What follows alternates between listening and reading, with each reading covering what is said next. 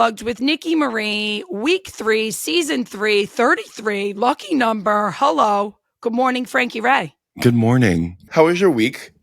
My week was great. I feel the need to change the podcast format for this season. And so today's guest after you and I yap is Megan McNamee. She is the founder of Feeding Littles. And the conversation I had that is important to me because 98% of the stress in my house is around food with my kids. So she's going to pop on after and answer some of my mom questions about, how to communicate to your kids food, how to feed them, what to have in the house, how to give them a great relationship with food. And I think you and I have a lot of experience with that. A lot of experience, but also a very different experience with food. I also haven't eaten anything today. I really wish, I'm not going to lie, I really wish I had a junkless bar. The strawberry frosted one is so good. I'm going to hand it to you through the phone. This one in front of me is birthday cake. The birthday cake one? The birthday sex song just popped into my head. Should we take that part out? What is it? No, I mean, you could put it on. I love that song. Sex. I love that song. But my shipment's on the way. I might just go grab some at Target. But I love those. I absolutely love those. I would eat those if I was a kid, and I'm gonna eat them now. But Junkless is a sponsor of the Unplugged with Nicki Marie podcast. They are here for us, and we are here for them. You're a permanent part of my snack drawer. Thank you, Junkless, for sponsoring this episode. Meanwhile, I have my Nespresso, not sponsored because my Nespresso showed up broken 3 times. I'm not blaming Nespresso. I think the shipping people like USPS threw it over my balcony. Because get this, if you have a picture of my package on the other side of my gate, which is, 8 feet tall, and they don't know the code to get in the gate, how to end up over the other side, you threw that shit. They threw that shit over. Put it over. Doesn't make any sense. I am honestly so happy I get to do this in the mornings because I don't have a morning routine. I jump right into work. So this is like the one day of the week that I actually have to get a little fun in the morning. Right. And I don't have to I don't have a morning routine. Do you?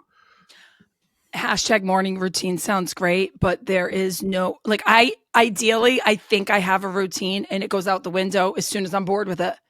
I can't have regular things happen regularly. It's just my DNA profile. That's fair. I think unpopular opinion, if you have a morning routine, you have too much time on your hands.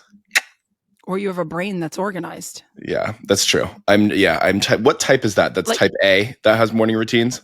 I worked for a CEO who was his motto, his tagline entirely, because he came from the military as well, was do routine things routinely. And he would say it every morning and I'd be like that.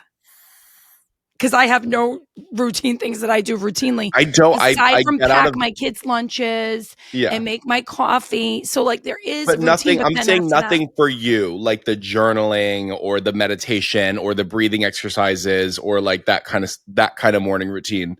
I don't do any of that. I get up, I push my Nespresso, # non-sponsored. I crawl back to bed. I get on my laptop. I start answering emails. And I think you and I have a little bit of defiance too, though. So let's Abby is now in my life, and she has put things in my calendar Monday and I see it, and I'm I'm not doing that today. No, but I also run off of my Google Calendar. If I tell my friends if it's not in the Google Calendar, I'm not going. It's down to the second. I have driving in my Google Calendar. Interesting. Yeah, so I also learned that from my first boss in talent management, how to use organizational tools and Google calendars. Warren Lentz. He was he taught me all of my organizational tools, and I still use them to this day. But that's the only thing that's organized is my online things. I think I'm trying to get more of a morning routine for personal appearance. I will get out of bed and go and look like this. My hair's crazy. I could definitely use a skin routine. I could definitely shapen up. So that's what I want to start incorporating more. That's my goal for the fall is more of the let's get the hair, let's get the face, let's get the outfit ready. I wish I had the Roadcaster horn right now because I'd say most people watching this are going to be like, Frankie, you look great. Yeah, but Need nothing. Need nothing. okay. Guess what? I was too hard on myself today. You were too hard on yourself Yeah, last no, week. you So you look great. I think I'm going to tell you this from a female perspective. When I think about being around a man, I think men are the most attractive straight out of bed. Straight out of bed, messy hair, mess. That's when I think men are most attractive. okay, I have to agree with you, but also I'm not going to go join Zoom calls like that. Fair. I'm just Fair. saying, like, I don't know. It was just, week in review. Here's, speaking of morning routine, here's how my morning started. I didn't anticipate this being on the whiteboard to talk about, but I got a text message. Guess from who? Justin Actually, that was a Anderson. terrible question. You're never going to get. Dr. Sylvia texted me this morning, our dentist. I love him. And guess what he asked me? And you're going to laugh. I mean, how's your tooth? No, he said, I have a patient in my chair asking what Nicki Marie's whitening routine is. Are you kidding? With your one chiclet a different shade of white than the other? Are you kidding me? Don't say that. Dr. Sylvia's going to feel he's going to be like, get your ass in here and fix the tooth. That one? Yeah, but listen, they asked about my whitening routine. And I said, do you want to know it? And he said, if you're willing to offer it. I said, buckle up, buttercup. You have one though? Frankie, if my teeth were yellow, I would be. No, because now I'm curious. I need a good little zap. I'm going to say this to everybody. And if you can't hear it, you can close the podcast. Okay. You're driving, be careful, but shut the podcast down if you're not ready to hear this. If your teeth are visibly. I know you're really real talking when you start that voice. You have a real talk voice and it switches and that's it. Keep going. But like, we have unless there's a dental issue, we have full capability to. He's cracking up. We have full capability to whiten our teeth. There are so many whitening products out there. Go grab one. Okay. So no, you're talking directly to me because I've had a shade of, because I've been drinking a lot of coffee. I've gotten a little crazy. So can you recommend something? Yes. Yes. Okay. So I had a boyfriend in college who Robbie was like, you got to whiten your teeth. He told me that. Yeah. So there's always a point where you're like, oh shit.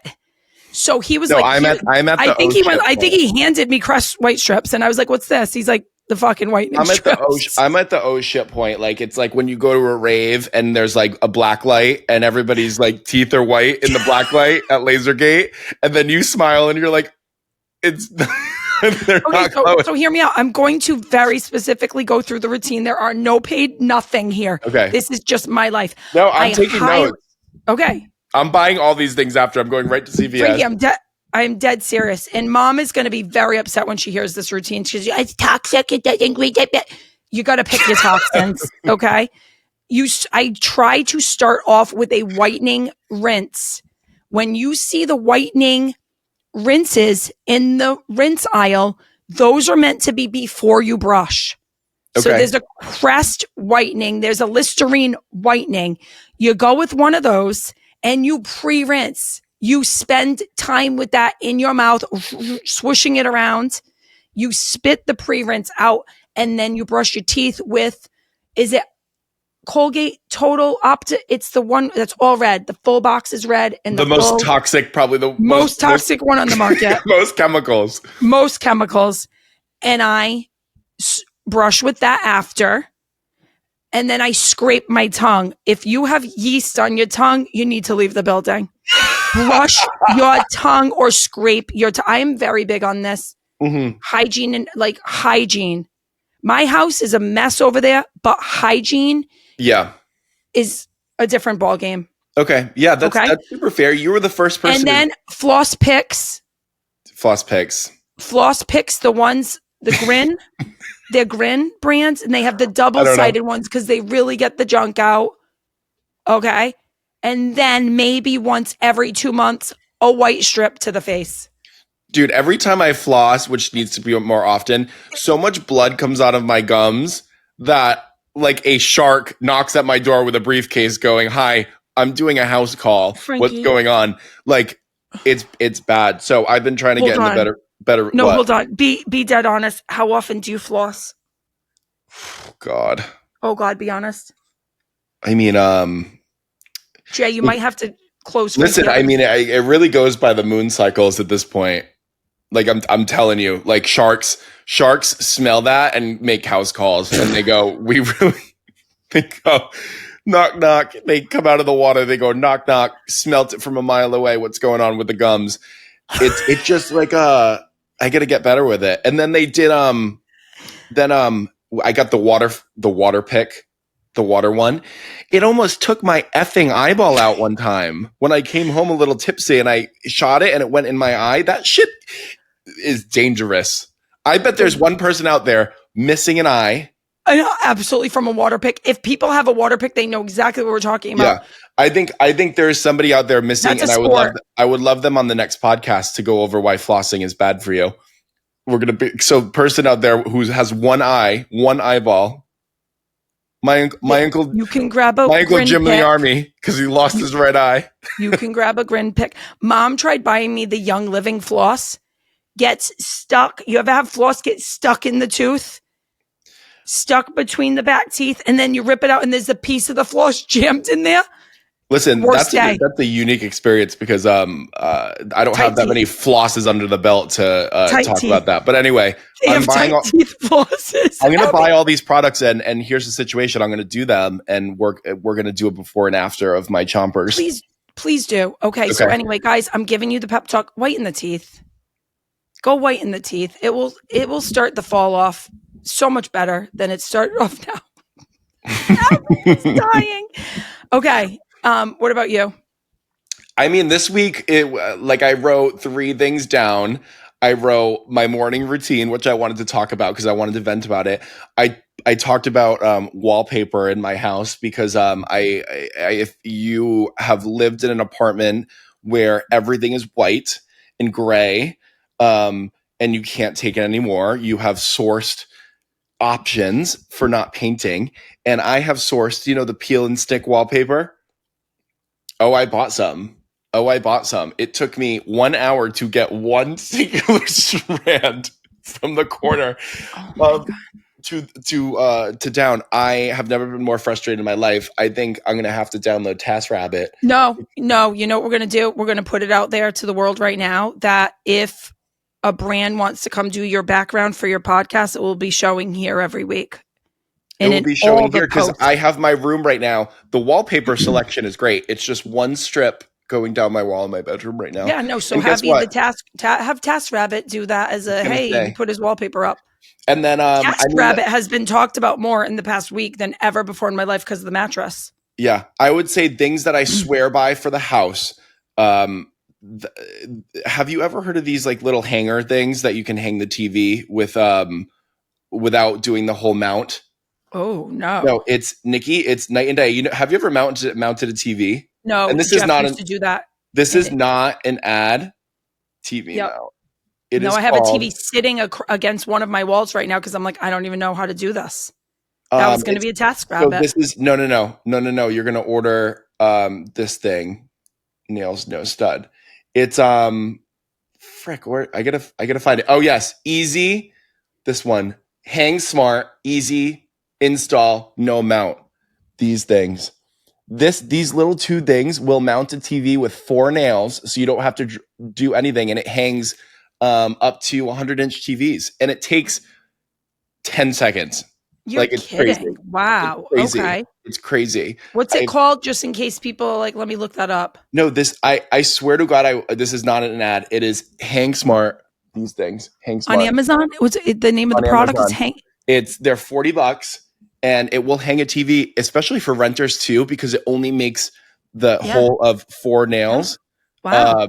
And it hangs. I mean, my TV, it takes 5 minutes, like not even. It's crazy. And then, I mean, this week was Coachella lineup dropped. Recession indicator that Coachella lineup already dropped because they usually don't drop it for another 4 months. Wow. So they're trying to sell tickets. Guess who's on it? Few of your favorite artists. We have Friday. We have Sabrina Carpenter. Okay, love. We have Sabrina Carpenter open up. Saturday, our boy Luke, Kenny. No, this is not Morgan? Stagecoach. Somber. Somber is at Coachella. Somber is at Coachella, and I know he's just so happy about it. He's gonna crush it. So Friday night's I feel headliner like he's my nephew at this point. Friday night's headliner Sabrina Carpenter. Saturday night's headliner J Beebs. J Beebs. I love the Biebs. I love some Justin Bieber. And I thought of you because Somber is also Saturday night. Do you know Cat's Eye? I feel like Layla and Chase know Cat's Eye. They're like the K-pop group. But listen, maybe it's your year. Is that my Yoma Soda Pop? No. Yoma Soda Pop? No, all right, what's your song? Speaking of music, what's your song of the week? My song of the week? Yes. Well, since Central C, who is a rapper from the UK, and is my favorite rapper and is on Coachella's lineup, it's Which One by Drake and Central C. Can you play a little snippet of it? It's a song where it's like it gives the Unforgettable by oh, my bathroom speaker is hooked up. Oh, okay. Hold on, I'll do it. What's the name of it? I got it. Oh. It's just which one? Got a fairy ting and I got a witch one. A cheat up ting that I bring sticks round and I got a good girl, snitch one. Too many gal now. I love that. I love the like Jamaican reggaeton. That's a great beat. That's a great beat. It's very like, you know, the French Montana Unforgettable, which is our song. Yes. Kind of beat. You know what I mean? So I love that needs to automatically make it onto our Nicki Frankie playlist. The Unforgettable. That could be everything. Okay, what's yours? All right, so I am on a Tate McRae kick.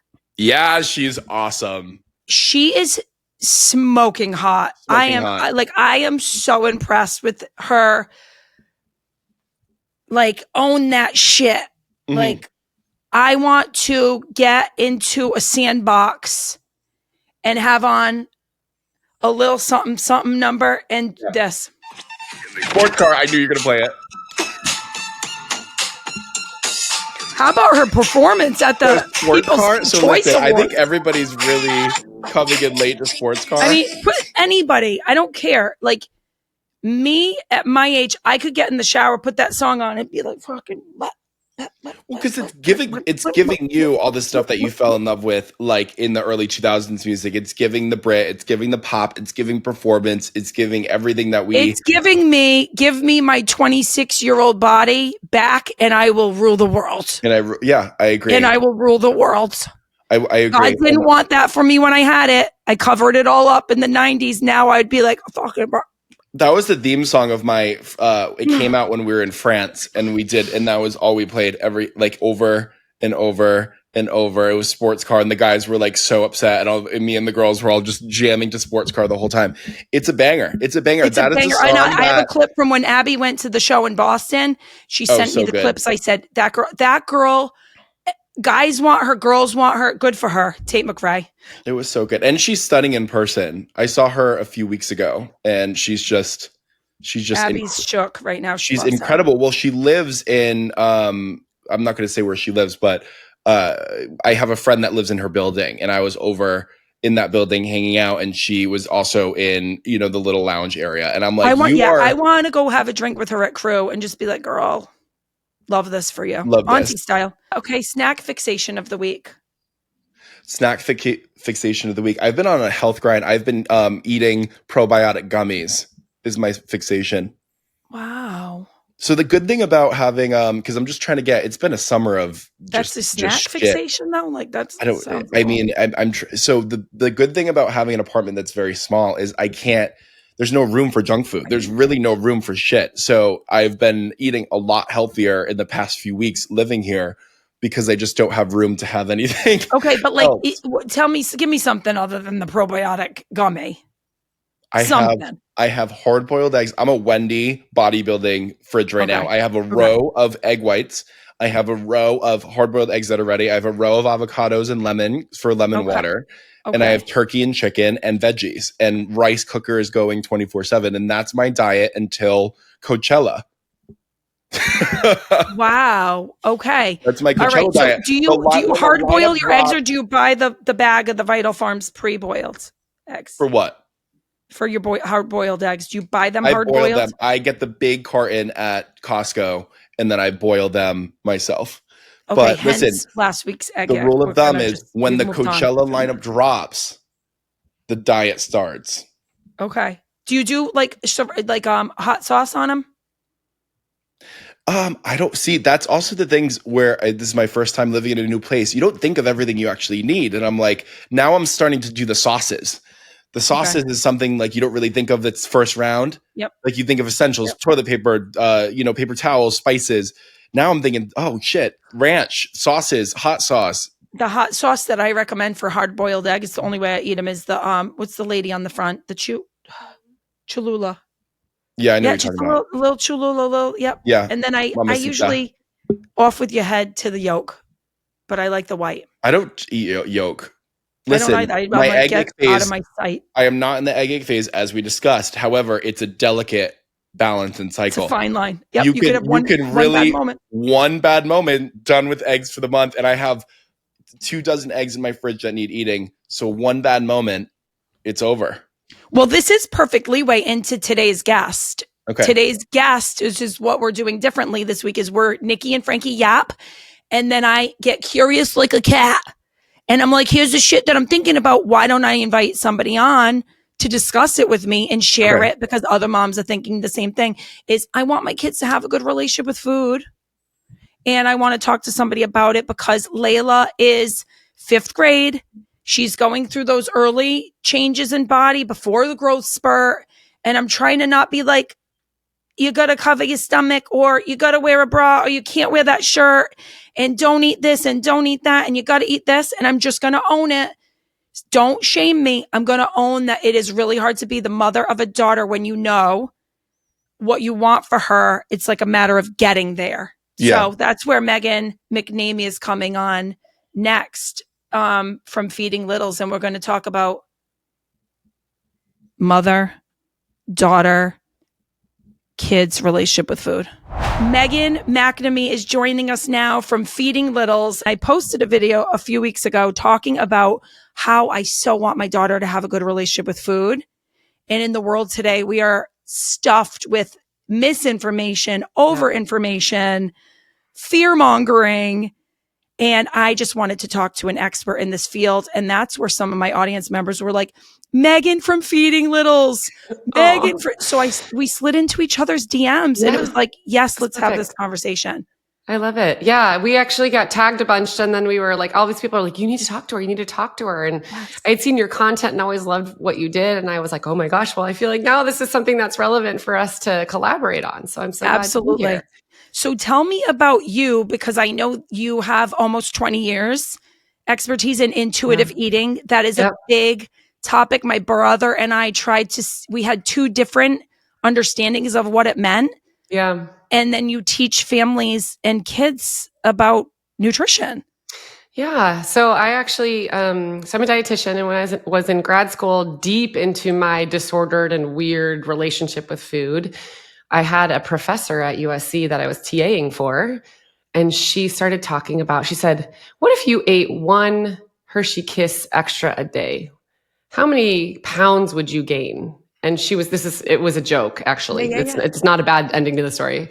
And, people were trying to calculate 25 calories and how many calories per pound of, 3,500 calories is a pound of weight gain. And she said, but if you eat 1 Hershey Kiss, your weight isn't fluctuating like wildly every single day from what you eat. We're not machines, and it's not as simple as that. And we've been taught that it's just as simple as understanding what to eat and knowing the calories and eating those or not eating those. But food is so much more complex because it involves our psychology and how we think and feel about what we eat and our safety and our culture and everything surrounding, memories and the good and the bad that we associate with food. And it's so much more than just a calorie or a unit of measurement. And that was really stunning to me as somebody who had already had a bachelor's degree in nutrition, who had already gone through my dietetic internship, passed the test. I was getting my master's, and I'm sitting in this class as the TA and going, oh my gosh, why have I not been introduced to anything like this? And my professor was actually a client of Elise Resch, who is the the co-author of Intuitive Eating. And so I started doing supervision under her and started learning about intuitive eating. And it completely broke my entire world apart. I had no idea that people just didn't obsess about food all day long and didn't worry about the next meal and didn't wonder how many calories were in everything and fear what they were eating. Yeah. I thought that that was like normal. That's even what my dietetics education kind of solidified a little bit. And I know that programs are really going away from that now, thankfully. But I just was so messed up with food in my own right. And I thought learning more and getting more information would heal me. Yeah. And I had to shift. I had to learn something different. What we teach is essentially helping families, parents, and kids honor those innate signals of hunger and fullness and what their body is telling them and having a healthy relationship with food. It does not mean that nutrition isn't important. Of course, nutrition is important, but if we only look at it as how much we weigh and how food makes us look as far as our physical appearance because of our weight, we're missing so much of the joy and satisfaction of eating. And we're also probably going to be really obsessed with what we eat. We're not going to actually be able to eat our food and move along. Right. So I love all of that. I think the foundation that I want to set for this conversation is, to provide a space and remind people that everything that we feel comes from somewhere, right? Like it could be where I came from idolizing supermodels in the 80s and 90s and thinking that I should look like that. And I went to modeling school in 8th grade. And that was when they talked about your posture and they talked about how you fit in clothes. My mom was a fitness instructor my whole life. We were in the fat-free era. So anything that I say out loud, I'm sharing this in a vulnerable fashion so that I can help other people. So I'm going to share the struggles that I have with my own kids so that I can get your help and hopefully we can help other people with it. So I think that's a really good caveat. If you don't mind me just jumping in with one thing about that. I'm also everyone's learning together. I have two girls, which I think is very important.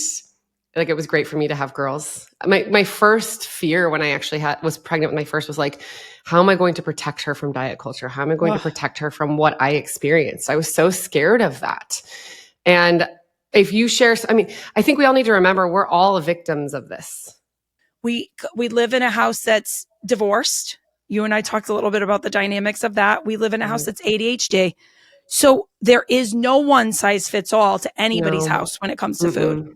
So a few factors that I notice in my world are that my daughter, the kids will get off the bus and the first thing they want to go into is the snack drawer.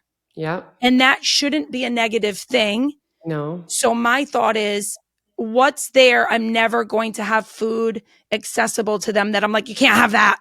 You can only have this. So buying food that is a once in a while treat, but them going to those foods all the time is kind of like the starting point for moms, my kids' ages is after school. And I guess let's back up first. What is intuitive eating? Yeah.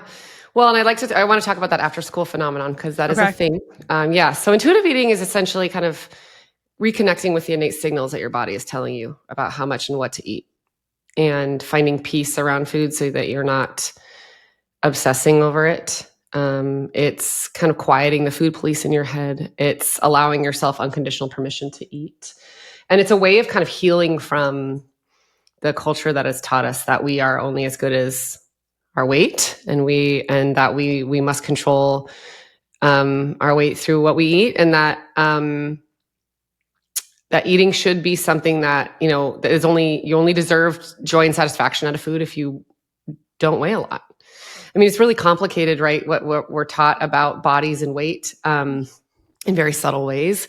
And intuitive eating is a framework that can be used for a lot of people to kind of get back to those signals that their body is telling them. And I think it's hard when you have a girl because you're so worried about teasing. You're so fearful that she's going to go through what you went through. And yet it's so easy to give them different signals than boys. Right. Which is so messed up. I'm completely different with my daughter. Right.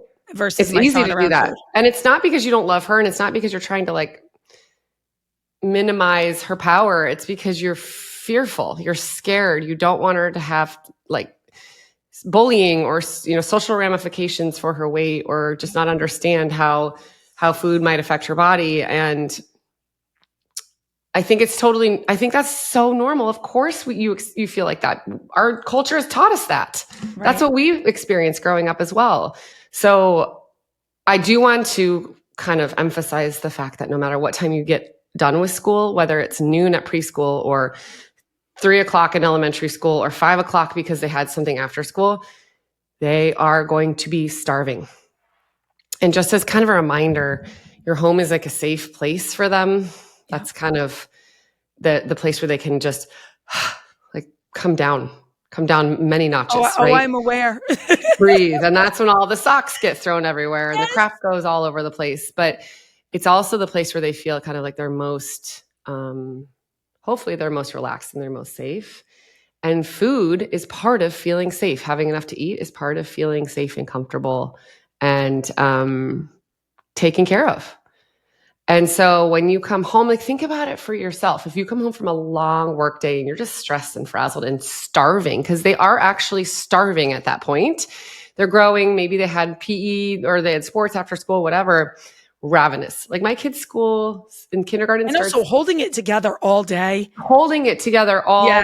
And that'll make anybody hungry. Lunch periods are early, man. Like my kindergarten, when they were kindergartners, it was 10:15 in the morning. That's what my daughter's teacher said. We call it brunch here. Yes. And the 5th grade teachers have done a great job saying, whenever you need a snack, you can have it. This isn't going to be like a closed off food classroom for that reason. Exactly. They know they're growing and. Exactly. Like they need to eat. And sometimes, if you don't pick them up until 2-3 o'clock in the afternoon, that's 4 or 5 hours that they haven't eaten anything. Yeah. And they're going to be ravenous. It's like absolutely normal for them. So it's okay for them to come home and want to eat you out of house and home. It's okay for them to go through the cupboards and need a lot of food. What we like to do is kind of structured snacks, because I don't want them just eating foods that aren't going to be satisfying to them. My kids have learned if they just eat crackers, if they just eat goldfish, and by the way, I don't call any of those foods junk. Yep. I know it's really easy to say that, but if I'll just say like starchy foods, or I'll just describe them. Yeah. Crackers, if they eat those foods, they're not satisfied long-term. They're hungry an hour later. It didn't fill them up in any way. So we try to make an after-school snack when possible more of a mini meal. Like yesterday even I did a whole bunch of apples, popcorn, and cheese. And it was like a big plate, like a full dinner plate. And my now 10-year-old today cashed it. Yeah. Absolutely, like ate all of it because she was starving. And then that allowed time for her to get hungry until, before dinner still. But that after school famine, that they are famishness that they have is normal. It's absolutely normal. And pretty much every kid does it. We did yesterday. I was thinking of you in this conversation yesterday, and I tend to let my kids just have that like 1 hour of like, I'm not going to bug you. Yeah. But when I pop down, I call it a snack plate because we've got one of those, like the compartments, three little compartments in it. And those have been part of their lives forever. But I try to do like pirate's booty, cut up apples, some peanut butter for my son. And he ate he was like psyched when I put it down in front of him. And it gives them, and not every parent can do that after school. No. Most parents are like working and maybe not even home by then. Right. So, and hopefully your after school program will offer snacks and offer some balance. And there's, different regulations depending on what kind of school you're in that will say that it needs to be multiple food groups and stuff, or you can hopefully send something. Parents forget, we get kind of obsessed with protein in the weight loss world, but protein is a macronutrient of satiety, as is fat. So adding some protein and fat to their food will make it last longer and make them more satisfied. So they're not just like ravenous and just needing to eat all afternoon until dinner time. So you're saying, because I'm trying to keep this, a lot of my audience resonates with my ADD. Yeah. So they're like, keep it simple, like especially podcasts is like, let's just rapid fire a bunch of these questions off. If you were going to give options to kids for after school, it sounds like you had the apple with like the fiber and give me like a few scenarios. Let's do a carb, a protein, and then a type of produce. If you can. So if a kid comes in and they want to grab chocolate chip cookies from the drawer, what are you saying? So you're still, it's a balance, right? You're still in charge of what's served. And in my house, if I wasn't planning on serving that, I would be like, hey, we'll have that after dinner. We're having this instead right now. Oftentimes, if they're like, hey, I'm loving chocolate chip cookies, I'm really into that, I'll say, okay, but we're going to have that with some milk for some protein. And maybe what fruit would you like with that? Here are your two options. Okay. So we're still getting kind of a carb, a protein, and a fruit or vegetable. Yes. Because my kids will just, the berry, the strawberry budget is wild right now. Yeah. But I try to have those because they eat it when it's there. Well, and a lot of people forget, like when we grew up, we didn't really have fruit. I don't know about you, but we didn't. No, please. Fruit and water. I'm like, what? We're in a fruit and water era. Yeah. Never was I carrying a water bottle anywhere. When people freak out that their kids aren't eating veggies, I'm like, but look how many fruits they're eating. It's so different than when we were little. Like we had bananas and apples and maybe oranges. Yes. It's very normal and natural for people to find comfort in food. If you think about it, our first exposure to food when we're babies is also comfort at the same time wrapped into one. I mean, we literally have a term comfort nursing for babies that just non-nutritively nurse at the breast. Like they just want to be there for comfort. And so it's normal for us to find comfort and for us to feel better emotionally when we eat. Does it mean that it's going to solve our problems? Probably not. If you're upset or if you're scared or you're mad, usually the solution for that is not food, but we turn to the different solutions that we know of and are familiar with. So which is device and food. Right. Distraction, dopamine hit. Yes. Well, dopamine hit. It can be all dopamine hits, right? So I think sometimes, first and foremost, I would recommend that let's try to take shame out of this entirely, because we've been taught that emotional eating is bad because it can lead to weight gain, right?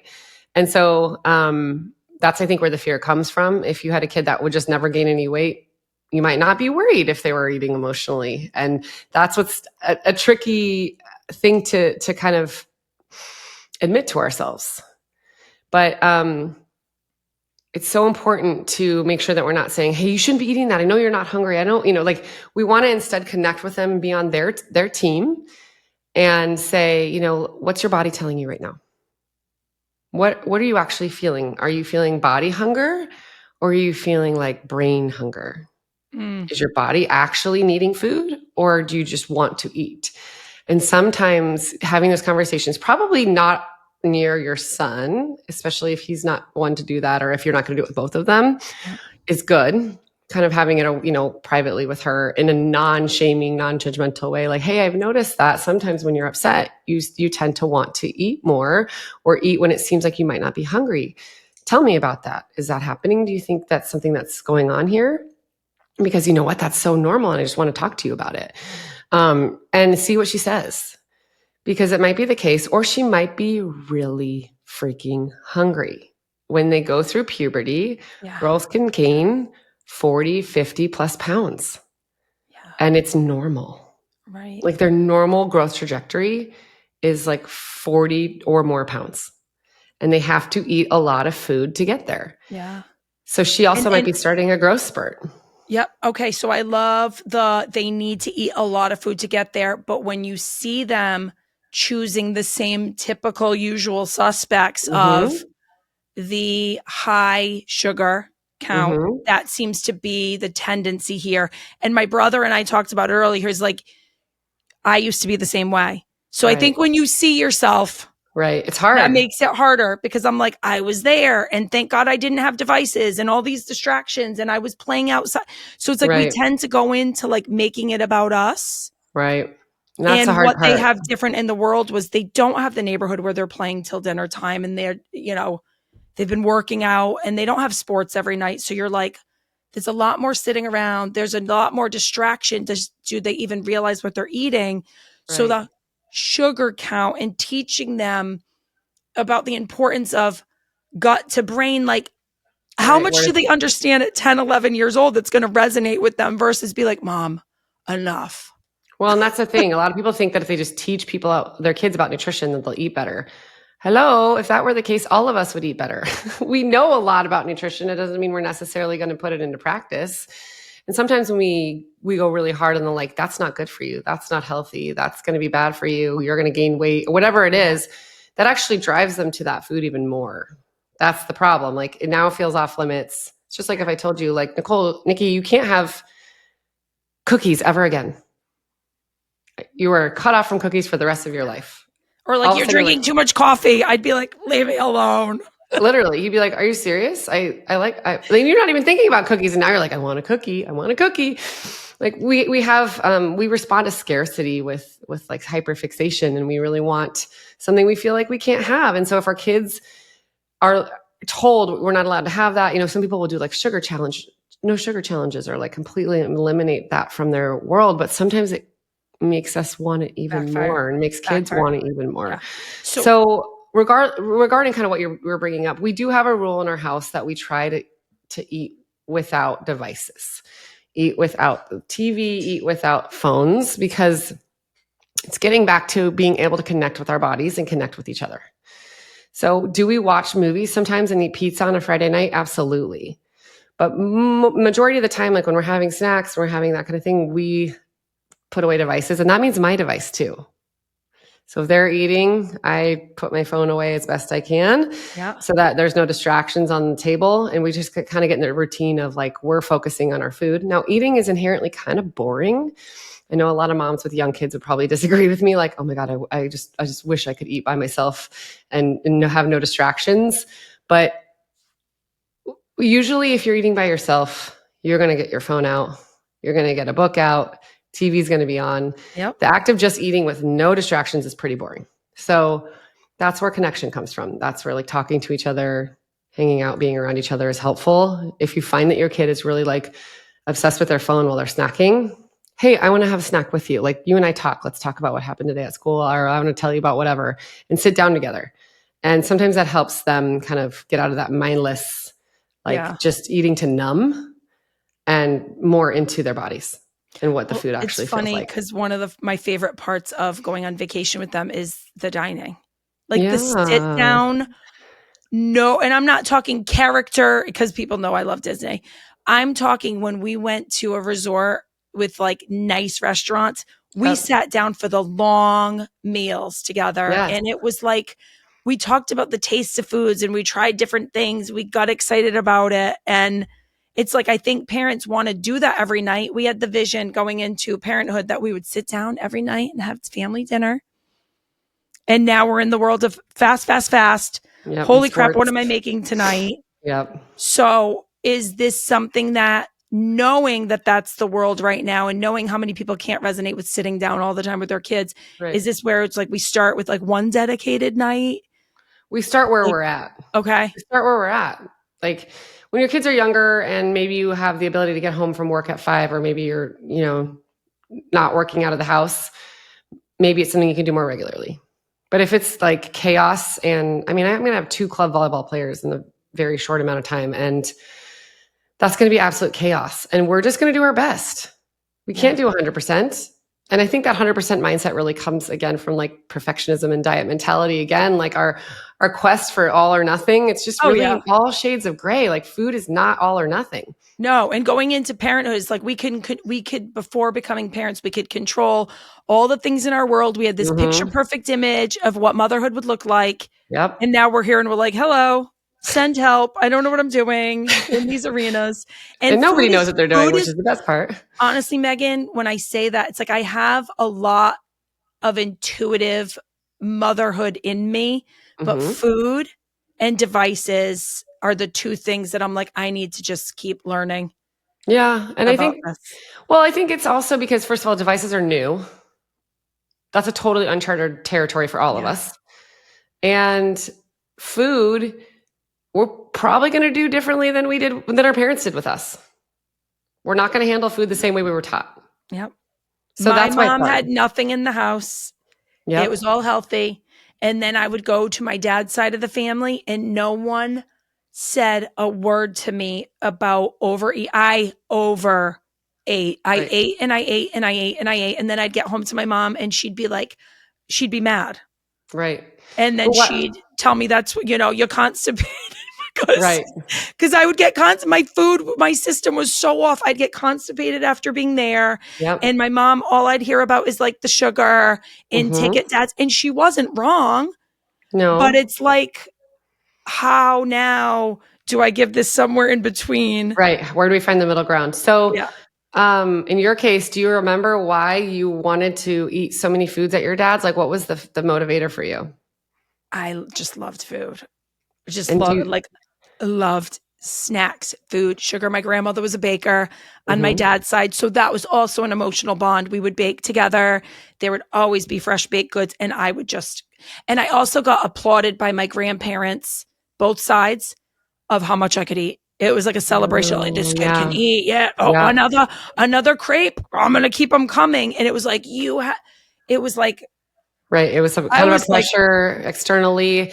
And I would probably guess that the fact that you didn't have those foods accessible to you at your mom's made them even that more special and off limits at your dad's. And then there's that like safety again, comfort, familiarity. If you're going through something, sometimes it's the place that you turn. It sounds like it was complicated. Food is complicated, and why we eat is complicated. And sometimes if they were to come in and say, you're eating too much, could that have caused it to be worse? Like, you never know how you would have responded to that. And that's what I tell parents. Like, I would rather my kids eat a little bit more sugar than is recommended than them have a really messed up relationship with sugar. That is a huge statement. Because guess what? They do probably eat more sugar than what's recommended because it's literally everywhere. It's everywhere. But they don't binge on it or kind of go nuts because they've had the opportunity to do that in the past and they don't feel good. They've learned that doesn't feel good. So in our home, I offer a small dessert with lunch every day in their lunchbox. I didn't need to do that when they were younger because they just didn't know any different. But now they're in middle school or elementary school, middle school, and they're like, hello, everyone here has like a full-on candy bar. So I want them to have something like joyous and exciting to look forward to when they open their lunch. And then we always have a dessert after dinner. They always get a dessert after dinner. Is that maybe going above the recommended added sugar level for their age? Maybe, probably. But do I care? No, because their diet is balanced out in other ways. And they have a healthy relationship with sugar because of that like regular access to it. And sometimes, they'll say, they'll say, Mom, I really want some more. I really want another cookie or another. And I'm like, okay. I try to make it, the framework that we go off of is you provide, they decide. So you provide the food and they decide how much to eat of it. When it comes to sugar and sweets, sometimes people are like, well, are they just going to eat sweets forever? Like if I just give them unlimited sweets, will they eat sweets forever? And I say, if that doesn't feel comfortable to you, you don't need to take that approach with sweets, but I just want you to try it once or twice. See what happens. See how they do. And what's kind of funny is kids oftentimes tend to realize like, oh, I actually don't need 4 cookies. 1 or 2 is probably okay because that's how it feels on their body. Yeah. So even though that approach might allow them to eat more sugar than what is recommended, they're eating a lot less sugar than if they were to go binge on it. Right. Which so I'm a walking billboard for, my relationship with going to college was, oh my gosh, this cafeteria has everything. I'm going to eat a bagel and cereal and the full meal and then a soft serve cone after because it was like there. Right. And I want to avoid that. Like we became so in the 90s, like the freshman 15. Do people even talk about that anymore? I don't know. Is freshman 15 even a thing? It is. Abby's here. She just graduated from college. It still is, probably. Yes, it is. Yeah. And it's, there's so many changes that happen when you go off to college. Like a lot of kids stop playing sports. They go from playing 5 days of sports a week to none. I mean, their bodies change in so many ways and maybe they were meant to be 15 pounds heavier. It's just kind of, I think it sucks. And that pressure falls on girls. Yeah. Like we don't talk about pressure. I think the 15 for boys as much. Right. But the hard part is also like the mentality about body positivity is one thing, but health, diabetes, obesity, heart disease. It's like, I have a hard time with how far do we go where we're not concerned about our health. Right. And because put away the weight and all the other things you and I were just talking about. Is like, where are we focused on health, especially in this country? I think for kids especially, it's so important for us to model what we want them to do. Like if we want them to eat vegetables, we need to eat vegetables in front of them and cook with vegetables and actually like let them see vegetables around. They learn by what they see a lot more than by what they hear or know. So I know you're talking about like very actionable steps. Yeah. I want to give you a few if that's okay. Yes. Yes. One thing that we want to make sure we're doing is always modeling a positive relationship with our own body as best we can. Our kids will learn to feel about their bodies by watching how we feel about our bodies. So if we step on the scale in front of them and make a reaction, or we put on pants that are too small and we respond negatively, or we belittle ourselves or anyone around us, talk about a celebrity. Oh, she can't pull off those pants. She's so skinny. Oh my gosh, I wonder if she's on Ozempic. Like all of that, they're soaking in. Yes. And honestly, that's how we learned it too. We learned it from magazines and like The Biggest Loser and all of these crazy influences that we had in the 90s and 2000s. Oh my gosh. But our kids are hearing us and they oftentimes look like us and they're going to follow genetic paths similar to us. So if they see us hating ourselves, what are they going to think? They're probably not going to like themselves either. So true. So I know that one's actually the hardest. Like people will not, they're like, oh, I never say anything about my kids' bodies or my body. I never say anything about anyone else, but they will say it about their own. And you don't have to love your body. You don't have to sit there in the front of the mirror and go, I look amazing and kind of, in this disingenuous way. But if we can avoid the negative talk or the negative messaging that we're giving them about ourselves, that's the first place to start. Completely agree. I love that. So that way, the way we talk about bodies is important, and kids are definitely going to pick up on that. The way we talk about food is also important. Again, so like trying to see food as a way that we're fueling and taking care of ourselves, not a way that we're punishing ourselves. Right. So, it's not to be like, oh, you worked out, so you get this, like the reward. Right. Or the good doing. Right. Or that you got a good grade on the test. Let's go get it done. Like, right. It's independent of behavior. Yeah. Like what we eat should be independent of like whether we earned it or not through exercise, through a good grade, whatever. Now, is food part of celebration and part of our culture? Absolutely. But I'm very careful with my kids to be like, you did a good job on your grade. Let's get ice cream, right? Let's celebrate you getting a good job on your grade here and now. And maybe we're going to have ice cream later at the same, on the same day. But we don't need to be rewarding ourselves or our kids or punishing ourselves or our kids with what we can and cannot eat. Another thing that's super important is if you want your kids to have health promoting behaviors, it's great to see for them to see you doing them. So if you want your kids to be active, show them being active and not like, I hate this. This is terrible. I have to work out. Oh my gosh, my butt got too big and now I have to go work out. Of course, the messaging around that is going to be negative to them. Like working out is punishment. But if they see, hey, do you want to go on a walk with me? Hey, mom's got to go to the gym. I got to make sure to get these strong muscles. That's reinforcing to them that I do these things to take care of myself and to have the capability I want to live my life.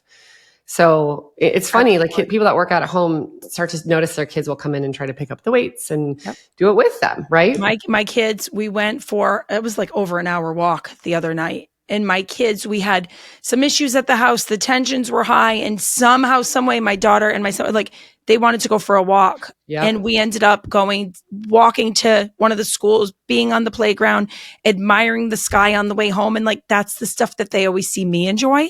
So it's funny how we did it as a family. And it was one of those core moments where I was like, wow, we just walked I didn't even have my phone. I couldn't even tell Abby where we were. Yep. And it was that's great because you're kind of laying that foundation for them of like movement is joy. Movement is experiencing the outdoors or doing something that I like. Maybe sometimes I'll work out with my oldest daughter and we'll each share an AirPod. Like I'll have one, she'll have the other, and then we'll play music together and we'll kind of try to work out on the beat and stuff. And she likes it. It's fun. Yeah. And it's not something that we force or pressure. Like she's seeing it as something we do to get more capacity to do the life. I love that. I think this is a habit that maybe you and I have that we could share with other people is I let them see me enjoy movement. Yes. Movement is what makes my brain work. Movement is what makes me a better mom. When we're away, I'm like, I'm going to go just get my brain right. It's always about my brain health when I'm moving. Well, and I think that's the thing. The messages we were fed when we were younger were, it's all about calories. It's all about thinness. It's all about being skinny. And I love that now, there's a lot wrong with the social media fitness content. Yeah. But one thing I think they've gotten really right is encouraging just walking, get out and walk. If you don't feel good, get out and walk. Yeah. If you're upset about something, try a walk. And then encouraging weightlifting. Like women were afraid to lift weights. I mean, I started in the nutrition industry, when I was technically 18, 19 years old, and we were lifting very light weights in gym classes. And it's 2-3 pounds. And now it's very promoted. Like, no, you're going as heavy as you possibly can. And I love that shift that's happened. I love that we're seeing people wanting to be muscle mommies, if you will, and lifting heavy stuff. And I think our girls specifically need to see that. It's okay to be strong. And actually, we want to push ourselves in that way and not be afraid of muscles and bulkiness. Well, do you ever notice, I think I'm so observational of everything to sometimes a fault. Mm-hmm. I notice I can see maybe one other parent out of all the kids and the parents that I know is as focused on food as I am. I'm the one who's packing. Like if my daughter's going to field hockey practice and one of the other parents is driving her, I am packing the Ziploc of all the things in case she's hungry on the way up, in case she needs a snack on the way back. And it's funny because my daughter will be like, Mom, there's some people's houses I go to and they never eat. Yeah. So I'm always like, if you're going to someone else's house, we're going to eat. Right. I know. And that's part of being I know that's how I see it too. It's part of being a host and having kids over. It's I want them again to feel safe and welcome. And if they're hungry, there's option for food to eat. And I will say, in our house, we have my kids, we eat a lot of really high quality balanced foods. And if you saw my pantry, you'd be like, oh yeah, there's definitely some fun foods in here too. So a lot of people would think that as a dietitian, I have a really tight grip on how I feed my kids. And I don't, because I know that if I really obsess about every meal bite they take, they're going to eat in secret or hide or binge when they're at somebody's house. And so again, I'd rather them have a healthy relationship with food than micromanage every bite. And so sometimes that means they don't have a super balanced snack after school. And they eat, they're at a friend's house and they had a whole bunch of ice cream. Okay. We move on at the next meal. Yeah. See, that's what I personally am going to take out of this conversation is stop focusing, laser focusing, and let it breathe.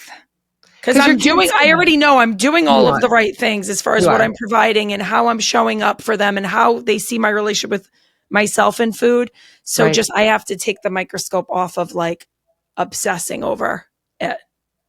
How your kids eat is not a moral failing, or it's not indicative of how you are as a person. And in fact, they aren't you. So if you have these feelings towards when I was your age, I did this and I regretted it, or I wish I had done something better, their trajectory is probably going to be different than yours just because they're a different person. I'm going to ask you some fun, real quick questions because I know you have to jump. What are some other resources for parents who want to learn more about this? What do you work with parents? What are some other? I would highly recommend, there's an intuitiveeating.org has a great website great directory of providers where you can find somebody that works with whatever age range you're interested in. That might be a great place to start. If you feel like you need one-on-one help, get a certified intuitive eating counselor, probably a dietitian also, that can kind of work one-on-one with what you're doing. I really like the book Fat Talk by Virginia Soul-Smith. Love that book. And Nicki, I think you would really appreciate the messages in there. Thank you. It's great. It's all about raising kids in the age of diet culture. I love great that. Great resource. Yeah, I highly, in young women who I have a lot of followers who do not yet have kids. that's the one thing I probably would have leaned into more before having kids, is understanding my own fear of foods. So intuitive eating is probably more like it's a pillar of understanding of all of this. The original book, Intuitive Eating by Tribbley and Resch. It changes lives. It's okay. Incredible. So great. Such great information. And then a really fun question. If you were going to have your own mom bento box, because some of these bento boxes are fancy now. Yeah. They're like sleek and pretty. Uh-huh. And it had 5 slots. What would you put in it? For you, this is not about our kids. This is a mom moment. What would you put in your mom? Well, absolutely some kind of sushi situation. Some pickled vegetables. I'm like the sour, bitter, tart kind of person. Like I love those really strong, like so kimchi. I would do absolutely some dark chocolate, like quality though. I do not mess with like crappy chocolate. It's just why? Gross. Probably some sort of chip or cracker situation. And do you have like a favorite though? You have to get specific sometimes. I don't tolerate gluten very well. It hurts my stomach. I get like gastritis from it. Yep. So I love siete chips. And I mean, a lot of chips are gluten-free if they're just made out of corn anyway. But the like siete chips remind me kind of more of like a flour wheat chip. The siete chips and the siete tortillas. My kids don't want any other hard tortilla. Same. When I make anything, because they taste like flour tortillas. And then I would absolutely do some sort of cheese, like Rembrandt Gouda, or some just ridiculously expensive, like, the tiny slivers, like $14 at the grocery store, like that kind of cheese. Yes. That's what I want. I want like a really bougie snack box. Yeah. Yep. And I would throw on top of the fermented, like, veggies, I'd throw some big ass olives on there. Oh, yes. Blue cheese stuff or no? No blue cheese, but like, when you get the perfect green olive? Yes. And it's like, this is so delicious. And I used to never be like that. I went from the sweet tooth to like savory mama over here. Yeah. Yes. Well, I love this conversation. I feel like there's so much more. Like you could go and octopus arms out on so many areas of this, but I think this was a great broad stroke of everything. Yeah. And where can we find you? Yeah, I'm at Feeding Littles on Instagram and Facebook and TikTok. And then you can head to feedinglittles.com for more. Amazing. So nice to meet you. Thank you for your time. And thank you to everyone who recommended Megan to me. Yeah, thank you. All right. That's another episode of Unplugged with Nicki Marie. Stay for more. We launch every Tuesday. Right, Jay? Yes.